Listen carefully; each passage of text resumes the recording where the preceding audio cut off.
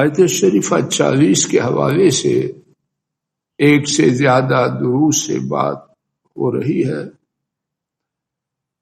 اور جہاں تک میرا گمان ہے، اللہ غلطی سے بچائے، وہ یہ بہت ہی عظیم آیت شریفہ ہے، اور اس میں وہ کچھ ہے اگر میں آپ جان جائیں، پہچان جائیں اور اس کو زندگی کے چلن میں پیش نظر رکھیں، اللہ کے فضل و کرم سے دنیا و آخرت میں خوش نصیب بن جائے۔ اللہ کرے کہ بار بار اس آیت کریمہ کے حوالے سے نئی بات کرنے کا مقصد یہ ہی ہو۔ ایک دفعہ بامحاورہ ترجمہ اسی حصہ کا سن لیجیے، پھر اپنی طرف سے اللہ کی توفیق سے کچھ بات عرض کرنے کی عاجزانہ جسارت کی جائے۔ انہوں نے کہا، یعنی سیدنا سلیمان علیہ السلام نے، یہ میرے رب کے فضل سے ہے تاکہ وہ میرا امتحان لے کہ کیا میں شکر کرتا ہوں یا نہ شکر، اور جو شخص شکر کرے تو در حقیقت وہ اپنی جان کے لیے شکر کرتا ہے، اور جو شخص ناشکری کرے تو میرے رب بہت بے پرواہ نہایت کرم والے۔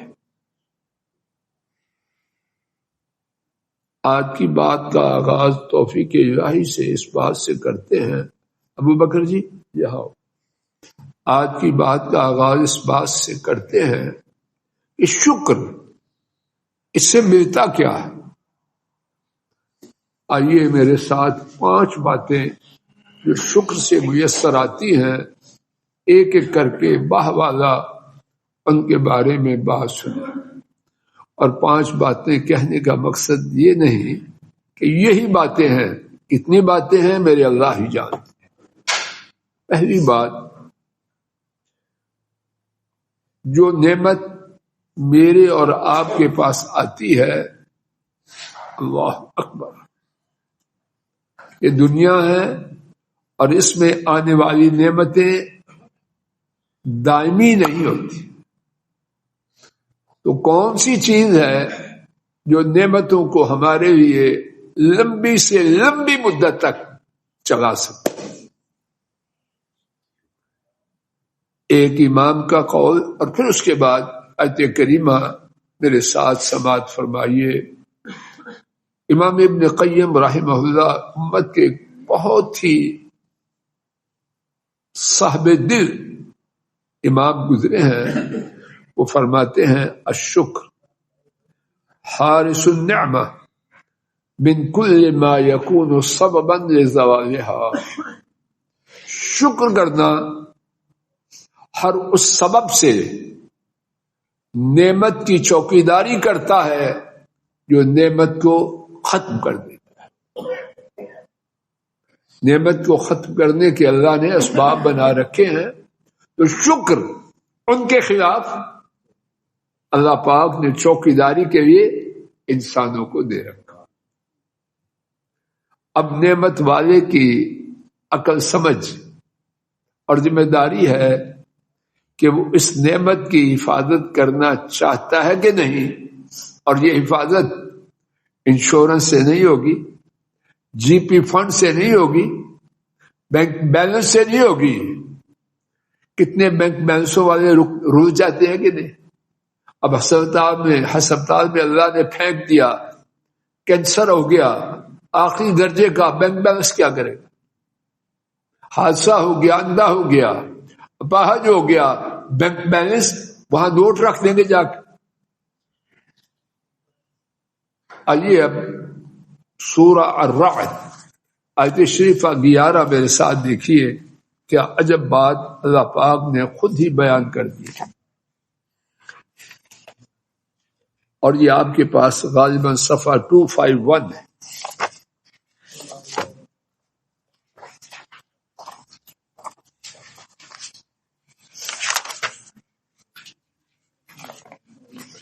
آیت شریفہ 11 کا درمیانی حصہ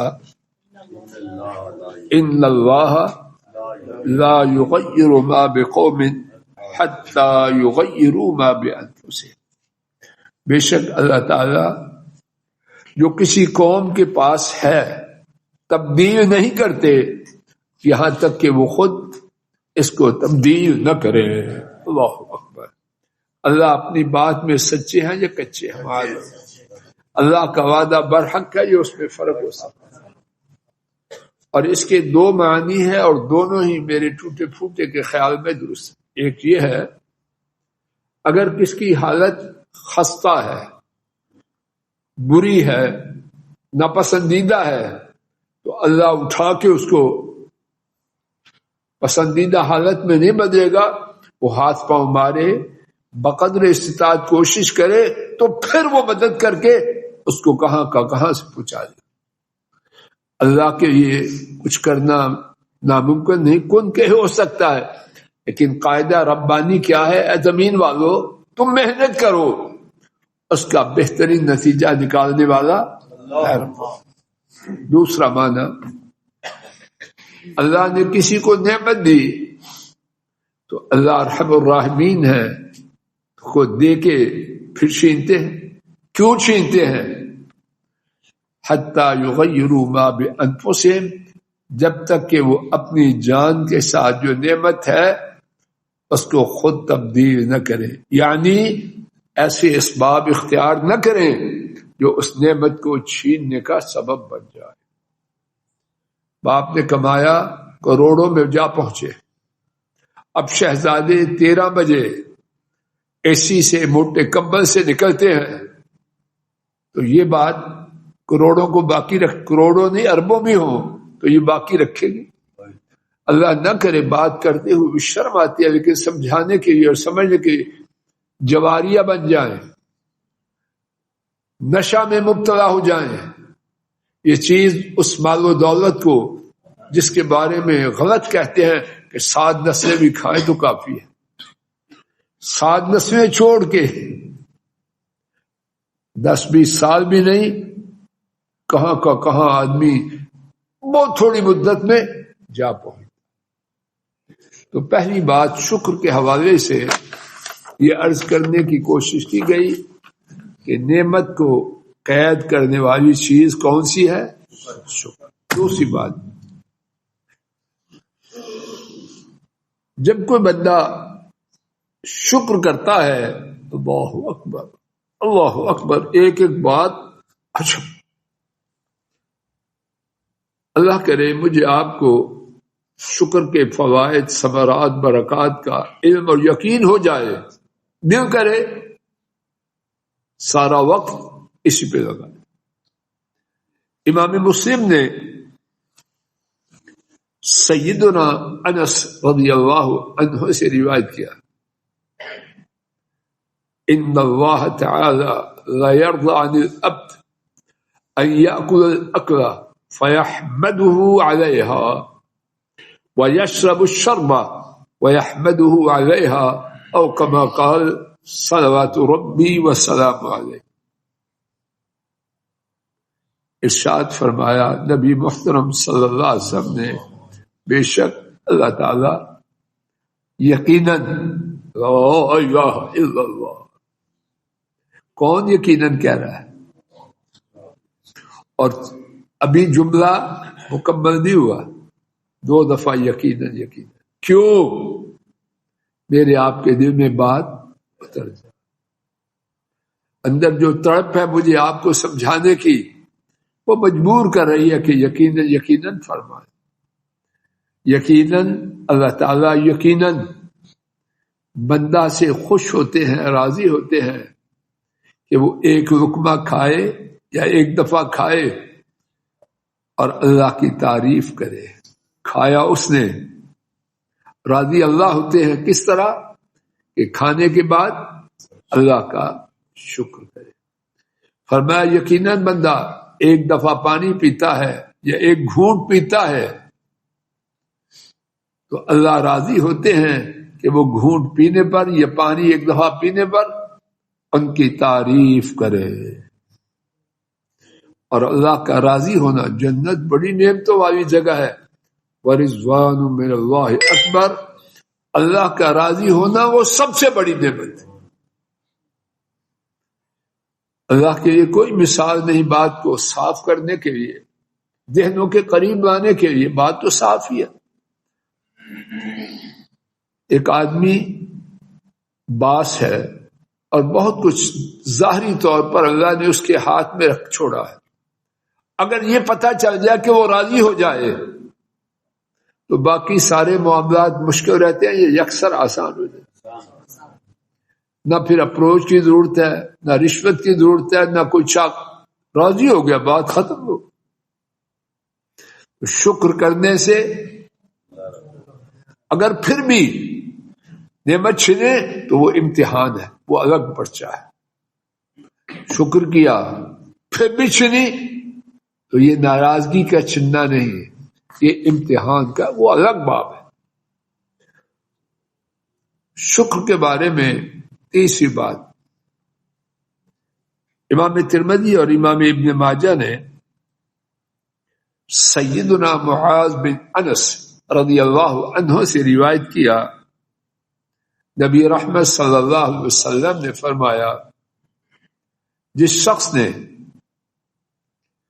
کھانا کھایا اور اس کے بعد کہا الحمدللہ الذی اطعمنی ھذا ورزقنی من غیر حول منی ولا قوہ. تمام تعریف، ابو بکر نہیں سمجھا رہی، میری طرف دیکھو بیٹا، تمام تعریف اللہ کے لیے جنہوں نے مجھے یہ کھلایا اور رزق دیا بغیر میری کسی نفع نقصان پر قدرت ہونے کے. نہ میں کما سکتا تھا، نہ میں مصیبت سے بچ سکتا تھا، نہ نیکی کرنے کی سخت تھی، نہ برائی سے بچنے کی مجال تھی. اللہ نے بغیر میری کسی قوت ہمت کے مجھے کھلایا اور رزق دیا تو کیا ہوتا ہے؟ وہ ہوتا ہے حدیث شریف جاننے سے پہلے چوہدری صاحب تصور بھی نہیں کر سکتے. اللہ اس کے پہلے گناہوں کو معاف کر دے. کوئی عمل میں اور نتیجے میں مناسبت ہے؟ اللہ تو بہانے چاہتے ہیں، لیکن کہاں ہے وہ جو ان بہانوں سے فائدہ اٹھانا چاہے؟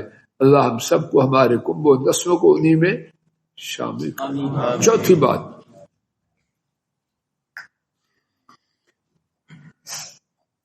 امام ابن ماجہ اور امام ابن حبان نے سیدنا معاذ بن انس رضی اللہ عنہ سے روایت کیا، نبی کریم صلی اللہ علیہ وسلم نے بیان فرمایا، جو شخص لباس پہنے اور لباس پہننے کے بعد یہ کہے الحمدللہ الذی کسانی ھذا ورزقنی من غیر حول منی ولا قوہ.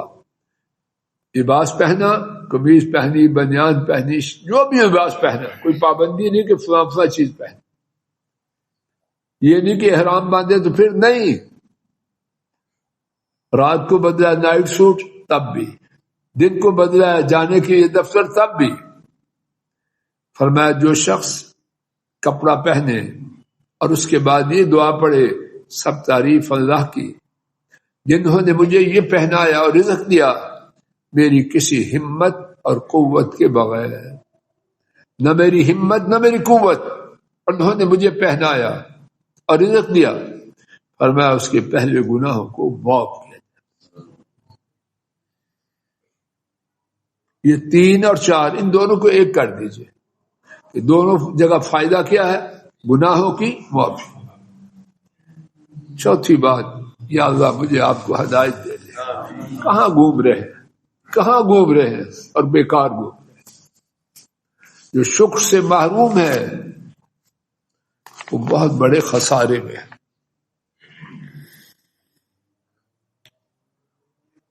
چوتھی بات، شکر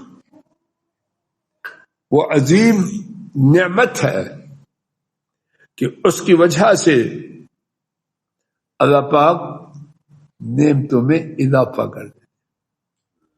میرے ساتھ سورہ ابراہیم علیہ السلام صفحہ غالباً آپ کے پاس 257 ہے، دیکھیے.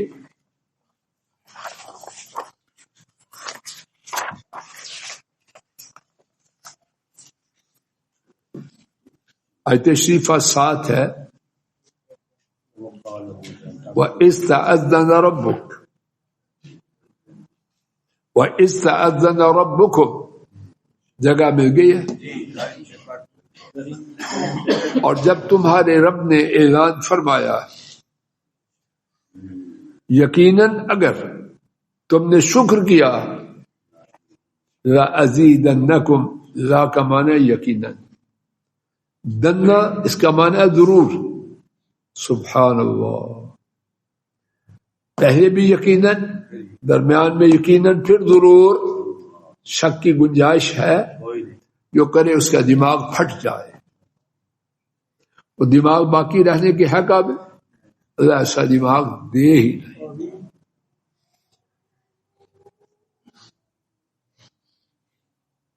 اور جب تمہارے رب نے اعلان فرمایا یقیناً اگر تم نے شکر کیا یقیناً میں تمہیں ضرور زیادہ دوں گا.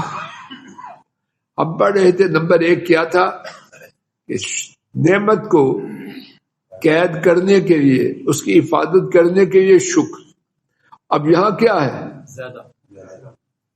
وہاں قید نہیں کرنا، اس سے آگے ہے کہ مزید دے. وَإِن كَفَرْتُمْ إِنَّ عَذَابِي لَشَدِيدٌ، اور البتہ اگر تم نے کفر کیا تو یقیناً میرا عذاب نہایت سخت ہے. 5ویں اور شکر کے حوالے سے میری بات کی آخری بات، شکر کے فوائد کی آخری بات نہیں، میری بات کی آخری بات. سورہ النساء صفحہ نمبر غالباً آپ کے پاس 102 ہے، وہ دیکھیے.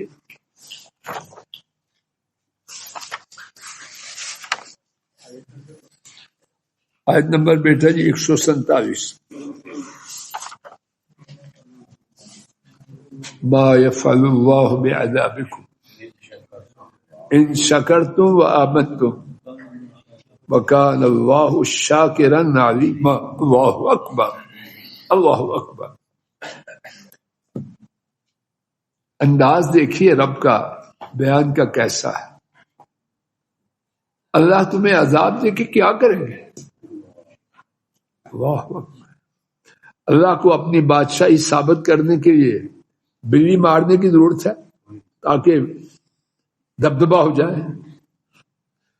جو اللہ مار چکے ہیں، شہروں کے شہر، قوموں کی قومیں نیست و نابود کر چکے ہیں، اس میں دبکا کم ہے.